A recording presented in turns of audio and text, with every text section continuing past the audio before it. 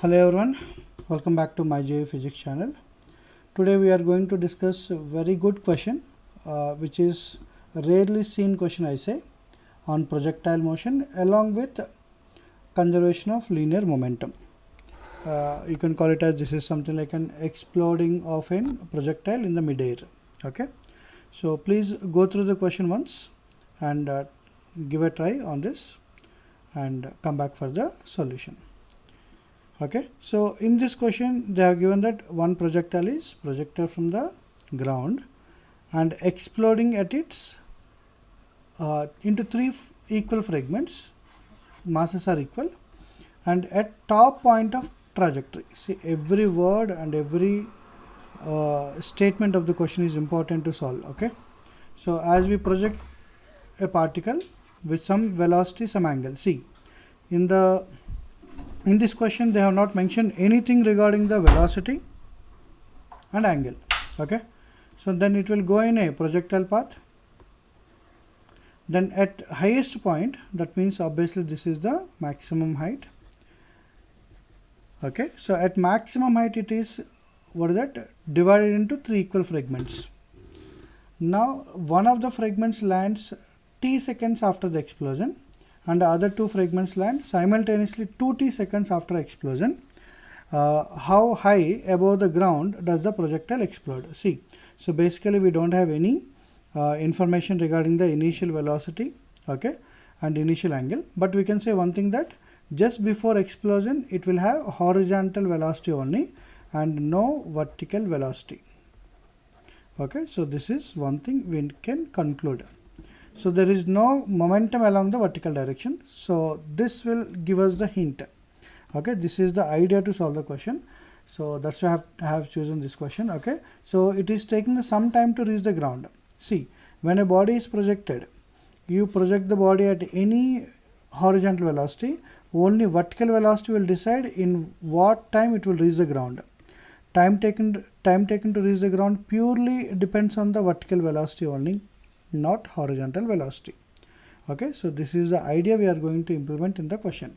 Suppose the first particle is having the vertical velocity v1, second particle is having the vertical velocity v2, third particle is having the vertical velocity v3. Obviously this should not be the scenario, so that's why I'm taking all are in one direction.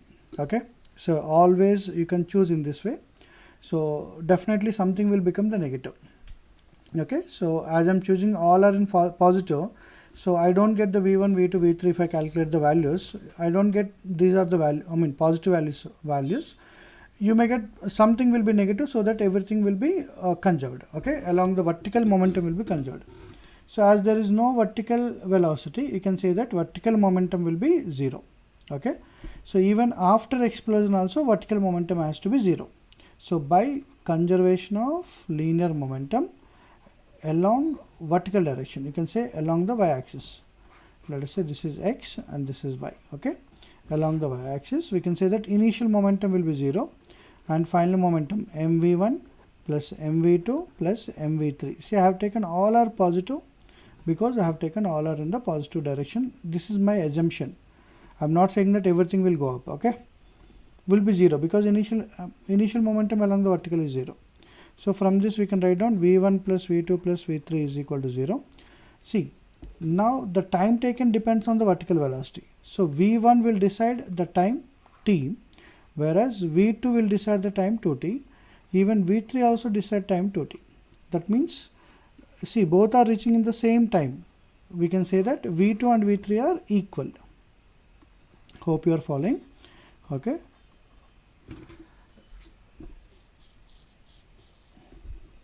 So as v2 is equal to v3, I can write down v1 plus 2v2 is equal to 0. Then I can write down v1 is equal to minus 2v2. As I told you, something should be negative, right?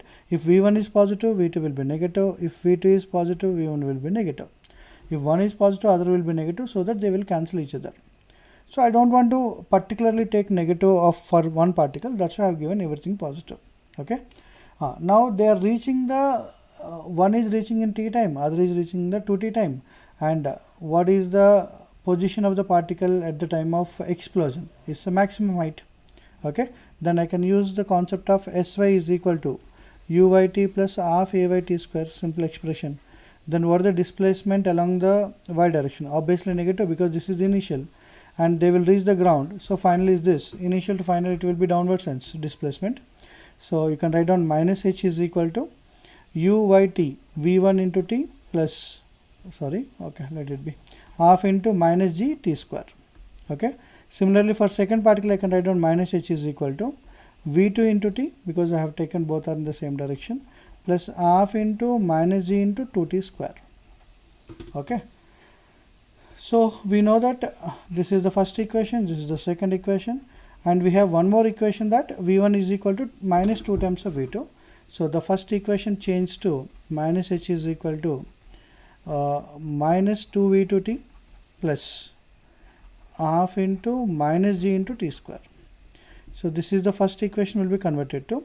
Now you can say that this is the third equation. We need to solve these two equations, just add them. Then this is minus 2h is equal to minus 2v2. This is 2 into t.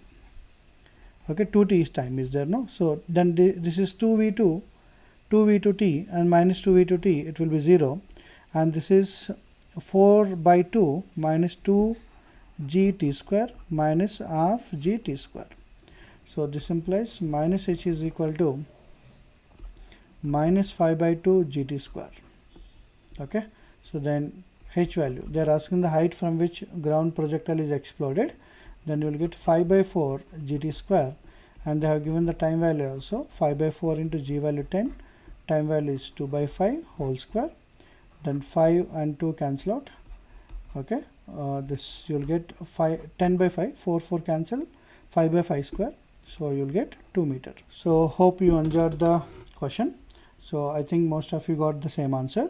For more videos, you stick to the channel, and I'll try to post good questions in this channel. If you like the questions and explanation of mine, please try to subscribe the channel as well as like the video.